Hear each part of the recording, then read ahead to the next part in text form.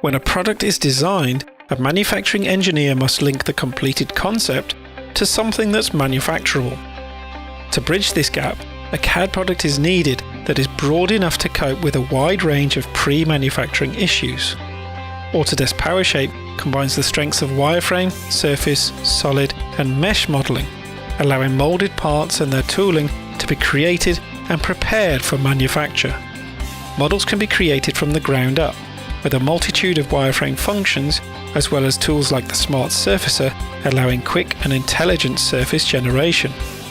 Solid models can be created with the ability to perform direct edits and even combine open surfaces with solids using standard Boolean operations.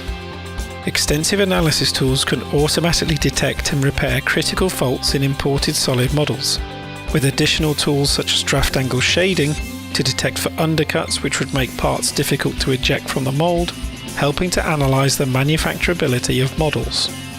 Specialized mold and die functions such as core cavity splitting, the mold base wizard, and component wizard help create tooling models rapidly, whilst functions such as rib capping speed up the process of zoning off areas ready for machining.